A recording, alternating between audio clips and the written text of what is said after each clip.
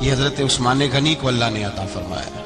آپ آج لوگ اعتراض کرتے ہیں ہم پہ، کہتے ہیں تم پہلے مدینے بعد میں مکے، زیادہ دن مدینے تھوڑے دن، یہ کیا انداز ہے تمہارا؟ سنو، حدیبیہ جس کا ذکر قرآن مجید نے کیا، ید اللہ فوق ایدیہم، پڑھو نا گھر میں جا کے قرآن مجید۔ حضرت عثمان غنی رضی اللہ تعالیٰ عنہ ساتھ تھے جب نبی پاک صلی اللہ علیہ وسلم 1400 صحابہ کو لے کے عمرے کی نیت سے نکلے۔ حدیبیہ کی مقام پر کافروں نے روک لیا، کہا عمرہ نہیں کرنے دیں گے۔ حضرت سیدنا عثمان غنی کو نبی پاک نے سفیر بنا کے بھیجا۔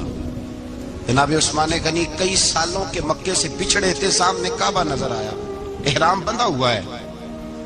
جب سفیر بن کے گئے تو ابو سفیان کہنے لگے عثمان ہم تیرے رسول کو تو ابھی عمرے کی اجازت نہیں دیتے، باقی لوگ تو نہیں آتے، وہ سامنے کعبہ ہے، وہ حجر اسود ہے، وہ سارا کچھ ہے، طواف کرنا ہے تو کر لو، استلام کرنا ہے تو کر لو، اگر تم نے کعبے کے اندر نماز پڑھنی ہے تو پڑھ لو، صفا مروہ کے پھیرے لگاؤ، تمہیں اجازت ہے۔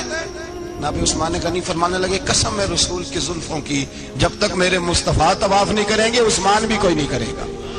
عثمان بھی وہ کون سا طواف ہے جس میں طواف اور مدینے والا نہ ہو؟ وہ کون سا عمرہ ہے جس میں عمرہ ہو اور رسول پاک نہ ہو؟ وہ کون سا حج ہے جس میں حج ہو اور امام الانبیاء نہ ہو؟ بریلی کے امام بول پڑے، فرمانے لگے حاجیوں آؤ، شہنشاہ کا روضہ دیکھو، کعبہ تو دیکھ چکے، اب کعبے کا بھی کعبہ دیکھو، اور فرمانے لگے غور سے سن تو رضا، کعبے سے بھی آتی ہے صدا، میری آنکھوں سے میرے پیارے کا روضہ دیکھو۔ یہ ہمیں حضرت عثمان غنی نے سکھایا ہے عقیدہ، یہ عقیدہ حضرت عثمان غنی کا ہے۔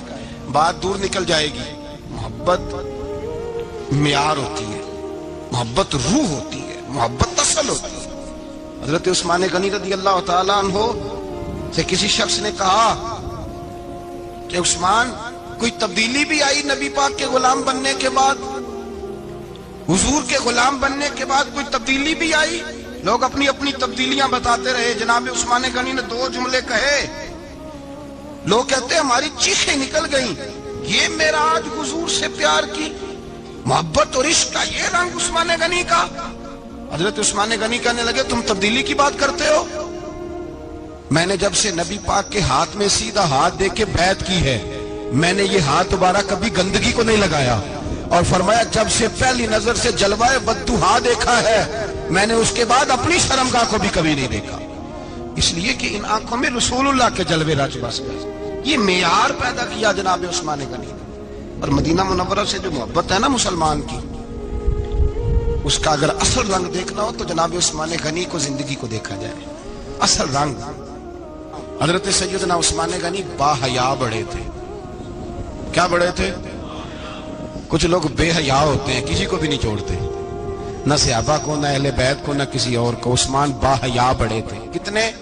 حضرت عائشہ صدیقہ فرماتی ہیں، مشکات میں مسلم میں موجود ہے، آپ فرماتی ہیں نبی پاک بیٹھے تھے تو حضور کی نا پنڈلی مبارک، مرد کے لیے حکم ہے ناف سے گھٹنے تک چھپا کے رکھے، پنڈلی ننگی ہو بھی جائے نا یہ پنڈلی، تو اس کی اجازت ہے شریعت میں مرد کے لیے۔ فرماتی ہیں اللہ کے محبوب لیٹے ہوئے تھے اور حضور کی طامت پنڈلیوں سے تھوڑی اونچی تھی، تو حضرت ابو بکر صدیق آئے تو نبی پاک نے فرمایا آ جاؤ، حضور لیٹے رہے۔ ماتی تھوڑی دیر گزری تو حضرت عمر فاروق آئے، حضور اجازت ہے، تو نبی پاک صلی اللہ علیہ وسلم نے فرمایا آ جاؤ، نبی پاک لیٹے رہے۔ چند لمحے گزرے تو عثمان غنی آ گئے، حضور آ جاؤ، فرمایا 1 منٹ۔ اللہ کے حبیب اٹھے، طامت مبارک کو سمیٹا، پنڈلیوں کو ڈھانپا، حضور بیٹھے، عثمان آئے، باتیں ہوئی، چلے گئے۔ حضرت عائشہ کہتی ہے میں پردے کے پیچھے سے دیکھ رہی تھی، میں حاضر خدمت ہوئی، کا محبوبہ سمجھ نہیں آئی، آئے ابو بکر بھی ہیں، میرے والد آئے، عمر بھی ہیں، مقام ان کا بھی بڑا ہے، پر عثمان آئے تو آپ نے کپڑا سیدھا کیا، فرمایا عائشہ میں اس سے حیا نہ کروں جس سے اللہ کے فرشتے بھی حیا کرتے ہیں۔ حضرت عثمان غنی رضی اللہ تعالیٰ عنہ اپنے گھر کے اندر ہوتے تو کئی کپڑے لپیٹے رہتے، کئی کپڑے جناب۔ میں ایک نتیجہ آپ کے سامنے رکھنا چاہتا ہوں، میری طرف دیکھیں، کئی کپڑے لپیٹے رہتے، کپڑوں کے اوپر کپڑے، شرم و حیا کے پیکر۔ جناب عثمان غنی غسل کرتے تو کپڑوں سمیت کرتے، فرماتے نا بھائی مجھے شرم آتی، پیک کرے شرم و حیا۔ اس کا نتیجہ کیا نکلا؟ حضرت رقیہ رضی اللہ تعالیٰ عنہ کے ساتھ جناب عثمان غنی کا جب نکاح ہوا تو ابھی پردے کی آیتیں نہیں آئی تھی، شرم و حیا کے پیکر تھے، ابھی پردے کا حکم نہیں آیا تھا. صحابہ بے دریغ آتے جاتے تھے ایک دوسرے کے گھروں میں. اللہ کے محبوب علیہ السلام نے گوشت پکایا تو فرمایا حضرت اسامہ بن زید کو جاؤ عثمان کو بھی دے آؤ. جناب اسامہ بن زید فرماتے ہیں میں نے گوشت پکڑا، سالن پکڑا اور ان کے گھر پہنچا. جامع ترمذی میں موجود ہے. فرماتے ہیں میں جب اندر داخل ہوا مصطفیٰ کی شہزادی کو دیکھا اور پھر عثمان غنی کو دیکھا. فرماتے ہیں جنہیں میں نے دیکھا ایسا جوڑا میں نے کبھی نہیں دیکھا تھا. میں بس ہلکا سا مسکرا کے پلٹ آیا، نہ انہوں نے کچھ پوچھا نہ میں نے کچھ بتایا. فرماتے ہیں جب میں مسجد میں داخل ہوا نا، پہلا قدم ہی رکھا تو مصطفیٰ کریم نے فرمایا اسامہ دے آئے ہو سالن؟ میں نے کہا یا رسول اللہ دے آیا ہوں. فرمایا ایسا سونا جوڑا پہلے کبھی دیکھا ہے؟ دیکھا ہے کبھی؟ میں نے کہا نہیں حضور میں نے نہیں دیکھا. تو میرے مصطفیٰ کریم علیہ، یہ لفظ ترمذی کے نہیں، یہ شاہ ولی اللہ صاحب نے ازالۃ الخفا میں لکھیں. میرے محبوب پاک علیہ السلام نے فرمایا عثمان کی شکل ایک تو جد الانبیاء ابراہیم خلیل اللہ سے ملتی ہے، اور دوسرا فرمایا اگر کسی نے میرے جلوے دیکھنے ہو تو وہ بھی عثمان کے چہرے میں نظر آئیں گے. او نوجوانوں پیغام دے رہا ہوں، رزلٹ نکال رہا ہوں. بے حیائی بے شرمی کی گفتگو والے کے چہرے پہ حسن نہیں آتا. تو حیادار بنتا جا، رب تعالیٰ تجھے حسن و جمال عطا فرماتا جائے گا. جتنا حیا تیرے اندر ہوگا اتنا نور تیرے مکھڑے پہ ہوگا.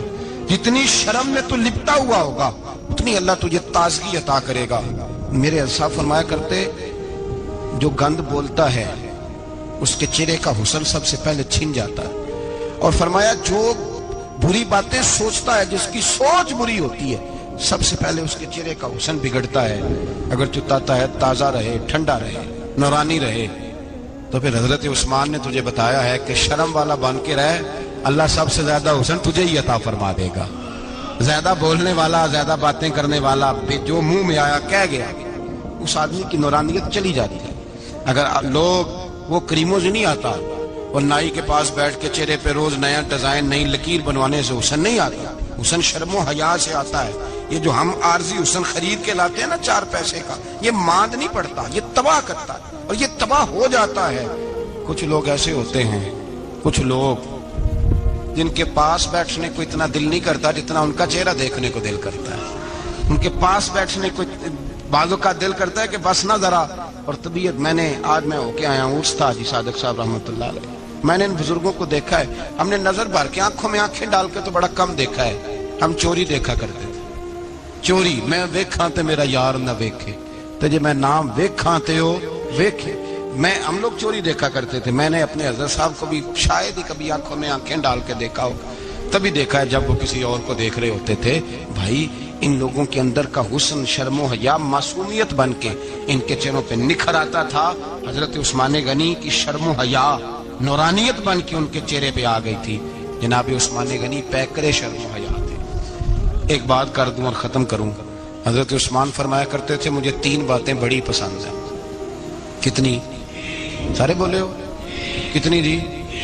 کون کون سی؟ فرمایا کرتے تھے بھوکے کو روٹی کھلانا، ننگے کو کپڑا پہنانا، اور تیسرا میرا دل کرتا ہے مجھے اور کوئی کام نہ ہو، قرآن پاک میرے سامنے رہے اور میں سارا دن تلاوت ہی کرتا رہوں. 3 باتیں پسند تھی. بھوکے کو کھانا کھلانا، ننگے کو کپڑا پہنانا، اور یعنی روٹیاں بانٹتے رہتے تھے، سوٹ بانٹتے رہتے تھے. یہ مزاج تھا. فرماتے تھے میری پسند ہے. تیسرا میرا دل کرتا ہے کہ قرآن مجید پڑھا رہے اور میں.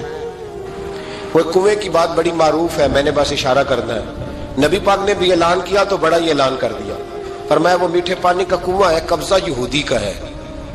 جو بندہ خرید کر وقف کرے گا نا اسے کیا ملے گا؟ تو حضور نے فرمایا میری جیب میں جنت کی ٹکٹ ہے، میں اسے جنت دے دینی. یہ ہے عرض جنت، یہ طیبہ کی زمین ہے. جنت بھی یہی، مال کے جنت بھی یہی ہے. جنت لے لے مجھ سے، لے لے. حضرت عثمان غنی گئے، اس کو کہا بھائی کنواں میرے ہاتھ بیچ دے. کنویں کی قیمت تھی 500-700 دینار.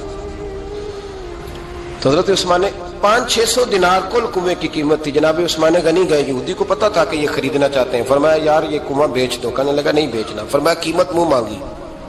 کہنے لگا قیمت میری مرضی کی. کہا تمہاری مرضی کی. اپنی اپنی اوقات ہوتی ہے نا قیمت لگانے کی. تمہاری مرضی کی.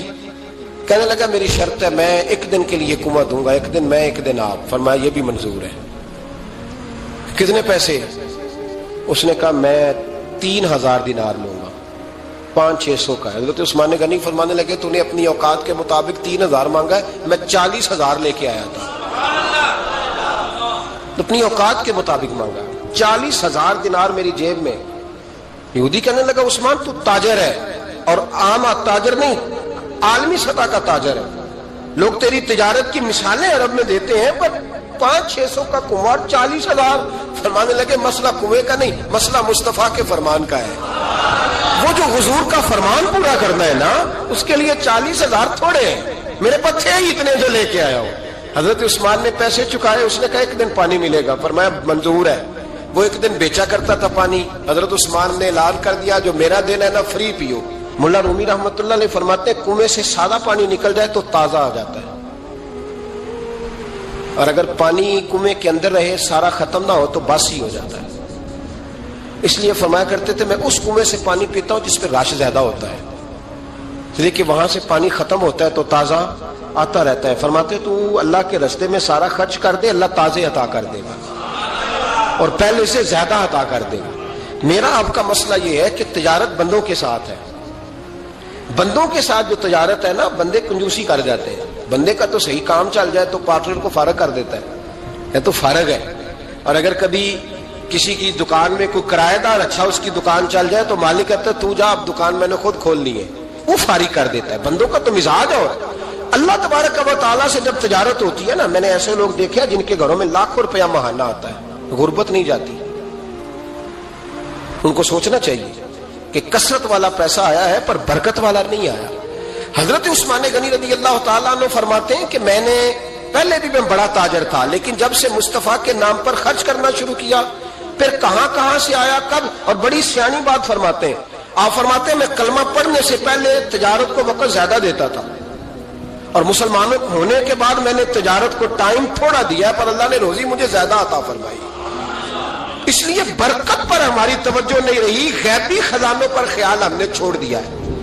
غیبی خزانوں سے جو چیز ملتی ہے وہ زیادہ ملتی ہے، جو مادی ذرائع سے ملتی ہے وہ چیز کم ہوتی ہے۔ حضرت عثمان غنی پر الزام لگا جب آپ کا دور حکومت تھا، یہ یاد رکھیں کہ سب سے زیادہ الزامات حضرت عثمان غنی پہ لگائے گئے۔ جن بندوں کے قد کاٹ زیادہ ہوتے ہیں ان کے خلاف پروپیگنڈے بھی لمبے چوڑے ہی ہوتے ہیں۔ بڑی بڑی بات یاد رکھنا، کہا گیا کہ حضرت عثمان لوگوں کو نوازتے بڑا ہے، بڑا دیتے ہیں حضرت عثمان غنی۔ تو حضرت عثمان غنی فرمایا کرتے تھے حکمران تو میں آج بنا ہوں تو میں تو پہلے بھی بڑا دیتا تھا، وہ کس خزانے سے دیتا تھا؟ آپ جواب دیا کرتے۔ دیکھیں ذرا، لاکھوں لوگ حج کرنے آتے تھے، پر حضرت عثمان غنی حج کرنے جاتے تو اعلان کر دیتے کہ کوئی حاجی حج کے موقع پر آ کے کھانا نہ پکائے، سب کو کھانا عثمان غنی اپنی جیب سے دیا کرے گا۔ مینا میں لنگر کھانا ہوتا تھا حضرت عثمان غنی کا، مینا میں فرماتے تھے کھاؤ حاجیوں جتنا کھا سکتے ہو۔ اور پھر حضرت عثمان غنی کا اعلان تھا، خدام کو کہتے تھے میں آخر میں کھاؤں گا، پہلے میرے سارے آنے والے حاجیوں کو کھلایا جائے۔ ایک مجھ سے نا ایک دوست نے سوال پوچھا 4-5 دنوں کے، کچھ سوال ایسے ہوتے ہیں جو بندے کو نا چوراہے پہ لا کے کھڑا کر دیتے ہیں، زندگی میں نہ بھولنے والے سوالات ہوتے ہیں۔ ایک شخص نے سوال پوچھا، کہنے لگا اوکاڑے دینی اور مذہبی گھرانہ ہے، اوکاڑے سے تعلق ہے، میرے ساتھ محبت کا رشتہ ہے۔ کہنے لگے بیٹی کی شادی کر دی ہے راولپنڈی میں، آپ کی بھی بیٹیاں ہیں میری بھی بیٹی ہے، بیٹی کی شادی کر دی ہے راولپنڈی میں، اب بچی چند دن رہنے آئی ہے، پوچھنا یہ ہے کہ نماز پوری پڑے گی کہ قصر پڑے گی؟ تو میرا تو اس نے کام کر دیا، حد ہو گئی، رو رو کے برا حال۔ میں نے کہا یار تو بند کر دے فون، رات کو بتاؤں گا۔ کیا پوچھ لیا یار تو نے؟ بیٹی مسافر نہیں ہوتی، بیٹی تو مہرانی ہوتی ہے باپ کے گھر کی، اور بیٹی مطلب کیسے بتاؤں کہ دل کرتا ہے کہ بیٹی وہ صرف ہنسے، وہ روئے کبھی نہ، یہ دعا ہوتی ہے۔ تو نے اتنا بڑا سوال کیوں کیا؟ بہرحال علماء کو کچھ چیزوں کے جواب دینے پڑتے ہیں۔ میں نے کہا میں رات کو بتاؤں گا۔ رات کو پھر فون آیا کہ آپ وہ بڑی جلدی جواب دینے کے عادی ہیں تو دیر کیوں کر دی؟ تو میں نے کہا یار جواب تو میرے پاس تھا لیکن ہمت نہیں تھی ابھی۔ تو میں نے کہا کہ اگر تو بیٹی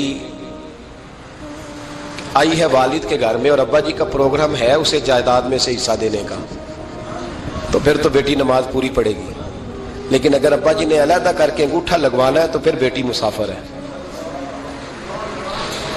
اگر ابا جی نے اس کو علیحدہ کر کے انگوٹھا لگوانا ہے نا کہ دے دے بھائیوں کو، خیر ہے تیری شادی پہ خرچہ کر دیا ہے، اگر ابا جی کے دل میں نے کہا یہ ابے سے فتویٰ پوچھ لو، اگر ابا جی کے دل میں چور ہے نا کہ بیٹی کو دینا کچھ نہیں، تو پھر بیٹی نے نماز قصر پڑھنی ہے، اس لیے کہ پھر وہ وہاں حصے دار۔ اس کی دلیل حضرت عثمان غنی رضی اللہ تعالیٰ عنہ حج کے لیے تشریف لے گئے تو لوگوں نے حضرت عثمان غنی سے کہا کہ نبی پاک بھی قصر نماز پڑھتے تھے، حضرت عمر بھی حج کے موقع پر قصر پڑھتے، حضرت ابو بکر بھی، آپ کیوں پوری پڑھتے؟ فرمایا ان کا مکے میں گھر کوئی نہیں تھا، میرے تو پورے کے پورے باغ ہیں، تو میں یہاں مسافر نہیں ہوں، میں یہاں مقیم ہوں، تو اگر تو بیٹی کا حصہ بھی ہے ابا جی کے گھر میں تو پھر وہ نماز پوری پڑے گی۔ لیکن اگر ابا جی نے اللہ تعالیٰ خیر فرمائے بیٹوں کے حق میں فیصلہ سنا دیا ہے اور انہوں نے بیٹی سے کہہ دیا ہے کہ چھوڑ، جو بیٹیاں حصہ لیتی ہیں ان کے بھائی نہیں ملتے تو نہ ملے بھائی، کوئی عرض نہیں، ضروری ہے ظالم بھائیوں سے رابطہ رکھنا جو کھا جائے بہنوں کا حصہ۔ والد ظالم ہے، ظالم ہے باپ، بیٹے کو حصہ دیتا ہے بیٹی کو نہیں دیتا۔ اور یہ 1.5 مربے والے جاگیردار کی بات نہیں کر رہا جس کا 4 مرلے کا مکان ہے، اس کی بیٹی کا بھی حصہ بنتا ہے۔ کیوں کھاتے ہو بیٹیوں کا حصہ؟ ڈر نہیں آتا اللہ تعالیٰ سے؟ کیوں کھاتے ہیں لوگ بیٹیوں کا حصہ؟ جب اللہ رسول نے رکھا ہے تو کیوں کھا جاتے ہیں؟ اور پھر کہتے ہیں جناب بڑا پیار ہے بیٹی سے، رونے دھونے کے لیے پیار ہے۔ تو یاد رکھیں حضرت عثمان غنی رضی اللہ تعالیٰ عنہ کا لنگر چلتا تھا۔ تو میرے بھائی ایک اور بہت بڑی خوبی حضرت عثمان غنی کی تیسری وہ یہ تھی کہ آپ میں اللہ نے بہت زیادہ حیا رکھی تھی۔ آج نا اگر آپ ناراض نہ ہو تو ہماری حکومتوں میں جو بدتمیز زیادہ ہوتا ہے اس کا عہدہ زیادہ ہوتا ہے، اس کو اچھا عہدہ ملتا ہے جو بدتمیزی زیادہ کرتا ہے۔ اور ہمارے ہاں نوجوان سمجھتے ہیں کہ کھل کے پھرنا، کھل کے کھانا، مرضی کا لباس پہننا۔ ہمارے ایک بزرگ فرمایا کرتے تھے جب سے پیسے لوگوں کے پاس زیادہ آئے ہیں لباس چھوٹے ہو گئے، پیسہ زیادہ آ گیا کپڑے جسموں پہ سکڑ گئے۔ لوگ سمجھتے ہیں کہ بس جو دل میں آئے کہہ دینے کا نام جمہوریت ہے، آزادی رائے ہے۔ حضرت عثمان غنی رضی اللہ تعالیٰ عنہ شرم و حیا کے پیکر تھے، بڑا پیسہ تھا، بڑا کچھ تھا، لوگ ڈرتے تھے، سردار بھی تھے، جو چاہتے کر سکتے، روب طاری ہوتا۔ لیکن عثمان غنی کو جب بھی کوئی دیکھتا تھا کسی کونے میں بیٹھے نظر آتے، چھپے ہوئے، پیچھے، شرم و حیا، نفاست پسندی، بڑھ بڑھ کے آگے ہونا، ہر ویڈیو میں شامل ہونے کی کوشش کرنے کا نام پیار نہیں ہے۔ نفاست پسند جو لوگ ہوتے ہیں وہ اکثر چھپے ہوئے ہوتے ہیں، ان کا پتہ ہی نہیں ہوتا لوگوں کو کہ پیچھے دراصل ہے کون۔ دیکھیے نا بڑی معروف حدیث ہے صحیح مسلم میں، نبی پاک صلی اللہ علیہ وسلم آرام فرما رہے تھے، حضور نے تامت مبارک باندھی ہوئی تھی، لیٹے ہوئے تھے سرکار۔ تو جب آدمی لیٹتے تھے نا، ہمارے بزرگ بھی جب لیٹتے ہیں تو تامت کو سمیٹا کرتے تھے تو گھٹنوں تک آ جاتی، دیکھا نا آپ نے، گھٹنوں تک تامت آ جاتی جب لیٹتے۔ تو سرکار بھی لیٹے تھے، پردے کی ابھی آیتیں نہیں آئی تھی، دروازے پہ دستک ہوئی، حضرت عائشہ صدیقہ عرض کرنے لگے یا رسول اللہ میرے ابا جان جناب ابو بکر صدیق آئے۔ حضور نے فرمایا بلا لو۔ حضرت عائشہ کہتی ہیں وہ آ کے بیٹھ گئے، حضور لیٹے رہے، پھر دستک ہوئی، اب کون ہے؟ کہا سیدنا فاروق اعظم۔ کہا عائشہ آپ ساتھ والے حجرے میں چلی جاؤ۔ اماں جی وہاں چلی گئی۔ تھوڑی دیر کے بعد حضرت عمر آئے، حضور لیٹے رہے۔ جناب عائشہ کہتی ہیں پھر دستک ہوئی، اب کون ہے؟ فرمایا عثمان غنی۔ نبی کریم نے فرمایا اسے کہو ذرا ٹھہر جائے۔ حضرت عثمان ٹھہرے تو حضور اٹھ کے بیٹھے، تہمت مبارک کو ٹھیک کیا، پھر اپنے کرتے مبارک کو سیدھا کیا، پھر دستار کو سیدھا کیا، فرمایا اب بلاؤ عثمان غنی کو۔ حالانکہ جاہو جلال حضرت عمر کا زیادہ ہے، حالانکہ وقار مقام حضرت صدیق اکبر کا زیادہ ہے، اب بلاؤ عثمان غنی کو۔ حضرت عثمان غنی رضی اللہ تعالیٰ عنہ آئے، بیٹھے، بات چیت ہوئی، تینوں چلے گئے۔ حضرت عائشہ صدیقہ کہتی ہے میرے ذہن میں سوال رہ گیا، میں نے عرض کی یا رسول اللہ صلی اللہ تعالیٰ علیہ وسلم وہ 2 لوگ آئے، آپ بیٹھے رہے، عثمان آئے تو آپ نے اہتمام کیا، کیا لفظ ہے اور لفظوں میں تاثیر ہے، اور جملے 2 کہے نبی پاک نے لیکن کتنا بڑا ان کا مرتبہ بیان کیا۔ فرمایا عائشہ میں اس شخص سے حیا نہ کروں جس سے اللہ کے فرشتے بھی حیا کرتے ہیں، میں اس سے حیا نہ کروں جس سے اللہ کے فرشتے بھی حیا کرتے ہیں۔ حضرت عثمان غنی فرمایا کرتے تھے میں نے جب سے حضور کا چہرہ دیکھا ہے دوبارہ پلٹ کے اپنی شرمگاہ بھی کبھی نہیں دیکھی، گویا میں نے اپنی آنکھوں کا وضو نہیں توڑا جب سے حضور کا۔ فرماتے جب سے یہ ہاتھ نبی پاک کو بیعت کے لیے دیا ہے پھر گندگی میں نہیں جانے دیا میں نے سیدھا ہاتھ۔ حضرت عثمان غنی فرمایا کرتے تھے میں اپنے گھر کے اندر اپنے غسل خانے میں 4 دیواری کے اندر بھی کپڑوں سمیت غسل کرتا ہوں، مجھے حیا آتی ہے غسل خانے میں بھی کپڑے. اور سنو ایک اور بڑی بات اہم، آپ فرمایا کرتے تھے میری جو محرم عورتیں ہیں نا، محرم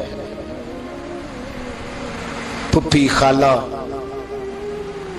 میری جو محرم عورتیں ہیں، فرمایا کرتے تھے میں نے کبھی ان کے بھی چہرے آنکھ بھر کے نہیں دیکھے، ان کے بھی چہرے کبھی میں نے آنکھ بھر کے نہیں دیکھے. جو میری محرم عورتیں ہیں پھپھی خالہ، فرماتے تھے ان سے بھی جب بات کرتا ہوں تو میں چہرہ جھکا کے. ہمارے ہاں تو کزن ایک دوسرے سے سلام لیتے ہیں، لڑکیاں لڑکے کزن ایک دوسرے سے سلام لیتے ہیں. بچیاں آیا کرتی تھی تو میری کبھی مجھے بتایا جاتا تھا، میں نے ایک پابندی لگا دی، بچیاں جب مدرسے میں آتی تھی کہ جو دور سے بچی آئے اس کو جس آدمی کا نام لکھا ہو بتایا جائے وہی لینے آئے. ایک دن مجھے اطلاع دی گئی کہ آپ تھوڑی دیر آئیں. میں گھر گیا تو مجھے بتلایا گیا ایک بچی ہے تو اس کو جو پہلے لینے آتا تھا وہ نہیں آیا، کوئی اور آیا. میں نے اس کے بھائی کو فون کیا کہ آپ لینے نہیں آئے. کہنے لگے یہ کزن ہے ہمارا، اس کے ساتھ بھیج دیں، آپ ہمارا ہی کزن ہے، خالہ زاد ہے.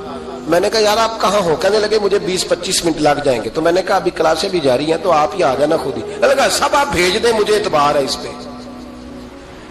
میں نے اس کو ایک بات کہی جو آپ کو بھی کہتا ہوں، میں نے کہا یار تمہیں اعتبار ہے تو اللہ رسول کو اعتبار کیوں نہیں؟ انہوں نے کیوں غیر محرم بنایا؟ عجیب تماشا ہے. مجھے پھپھی ذات پہ، خالہ ذات پہ، ماموں ذات پر اعتبار ہے، نبی پاک کو کیوں نہیں؟ آپ کو زیادہ پیار ہے لوگوں سے یا نبی پاک کو امت سے زیادہ پیار ہے؟ کیا مطلب تماشا ہے؟ کیا مزاج بنا لیا میں نے اور آپ؟ نبی پاک نے ایک شخص پر اعتبار نہیں کیا پر میں اس سے پردہ کرو. آپ نے اور میں نے کیسے کر لیا؟ نبی پاک نے خالہ ذات، پھپھی ذات، دیور پر، جیٹ پر، سالے پر، بہنوئی پر اعتبار نہیں کیا، پابندی لگا دی. تو نے کیسے کیا؟ تیرے دل میں زیادہ درد ہے، تو زیادہ دین کو سمجھنے لگا ہے، انسانیت زیادہ اچھل آئی ہے تیرے اندر. اعتبار کیا ہوتا؟ یاد رکھنا دنیا میں جتنے گھر تباہ ہوئے ان لوگوں کی وجہ سے نہیں ہوئے جن پر اعتبار نہیں تھا، ان کی وجہ سے ہوئے جن پر اعتبار تھا. گھر کا بیٹی لنکا ڈائے، باہر والے آ کے کبھی بھی گھر میں کوئی نقب زنی نہیں کرتے، جب بھی کرتے اعتبار والے کرتے. میرے رسول پاک علیہ الصلوۃ والسلام کی وہ ازواج جن پر اللہ کو اتنا اعتبار ہے کہ رب کہتا ہے میرے محبوب کی بیویوں تمہاری جیسی دنیا میں دوسری ہے ہی کوئی نہیں. اللہ کو اتنا اعتبار ہے. لیکن ایک نابینا صحابی آئے تو حضور کی 2 ازواج بیٹھی تھی تو نبی پاک نے فرمایا پردہ کرو. یا رسول اللہ وہ تو نابینا ہے. فرمایا تمہیں تو نظر آ رہا ہے نا، تمہاری آنکھیں تو کھلی ہوئی ہیں. حضور کو اعتبار نہیں تھا. بس کر دیں.